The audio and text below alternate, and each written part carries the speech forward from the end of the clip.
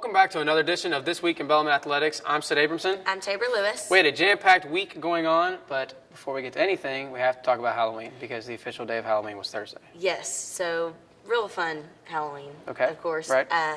The athletes actually got to dress up for workouts. Steve Hartman, our strength and conditioning coach, made it mandatory that all the teams dress up.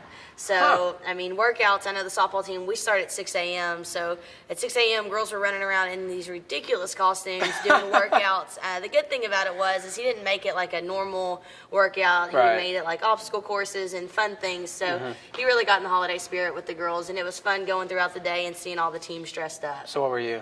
I was a fairy. I could not get up any earlier than 5:30 to get ready. That was absolutely miserable.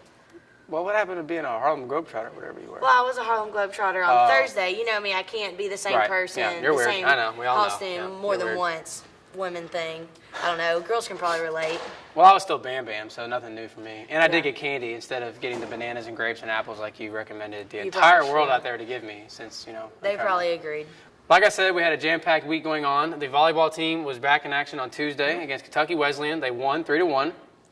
And then the men and women's soccer team had a doubleheader on Wednesday against the University of Southern Indiana. The men unfortunately lost 1-2, but the women won 3-0 with Mary Beth Gorham scoring 2 of the goals. I was going to say, we mentioned her last week, and I remember talking about her on maybe our first episode. It was how she was really going to be a player to watch. Yeah. And she's really well. Came out this year. In other news, the men's basketball team fell short to Cincinnati as well as the women's basketball team. They lost to Ohio State University. We failed to mention that field hockey was playing on Sunday. It was their senior night, so we want to apologize to the women on the field hockey team and also the followers of that team that we failed to mention that and prepare you for that. So we wanted to let you know that they did actually win 4-3 with a last-minute goal scored by junior Megan Williams. So good on their part, and hopefully their season doesn't end and they make it to the NCAA tournament. Yeah, and the men's basketball team, like you said, they unfortunately lost, but they looked really good. I mean, Keeson Jones had 20 points, 8 rebounds, I think. Vance Hall did really well, and their team is loaded with talent. Yeah, well, the good thing about all that is these are exhibition games, and it lets you know what you need to practice on. So just preseason, and season starts coming up soon. Lots to look forward to. We'll bring you that.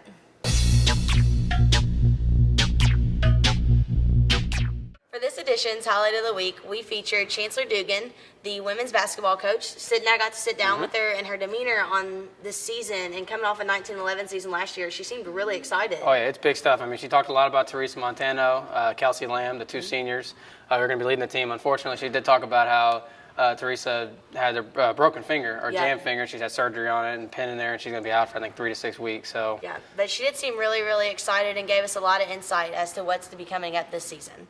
Well, you know, we lost 5 seniors last year. You know, those 19 wins were very impressive, you know, with, you know, coming in as a new staff.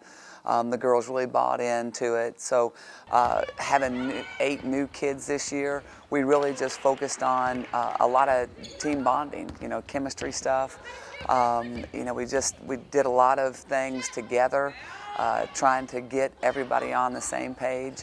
You know, we identified 3 captains over the summer, and those 3 captains are Teresa Montano, Kelsey Lamb, and Morgan Clemens, and they have done a workbook with me, and I think that it's a leadership workbook, and I think that has given them, empowered them to really step out maybe of their comfort zone and to take on that leadership role. You know, we're really just focusing on ourselves, you know, especially, you know, with having so many new kids, we're just focused on, you know, playing defense, where you're supposed to be, what you're supposed to be doing, running the floor, just getting everybody in the right spots. You know, those are the big things that I'd like to see really by December, us being, you know, a pretty good team, you know, and those things kind of gelling together.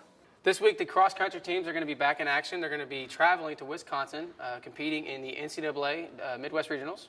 So hopefully they're going to be doing well. I know Emily Frith will be running the 6K, and she's the runner of the year, and she's done substantially well, as well as the rest of the cross-country teams. I'm sure they're going to be ready and perform well. The swimming teams are also in action, both men and women, here in Louisville at home. They're going to be competing against Center College and Franklin University. Yes, and then the volleyball team will be playing 5 o'clock against Missouri St. Louis on Saturday, and then also playing at 1 o'clock on Sunday against Maryville University. We want to wish a good luck to all the teams performing this week. Catch us on Monday, and we'll bring you their scores, and we'll also tell you what's going on next week. I'm Tabor Lewis. I'm Sid Abramson. Go Knights.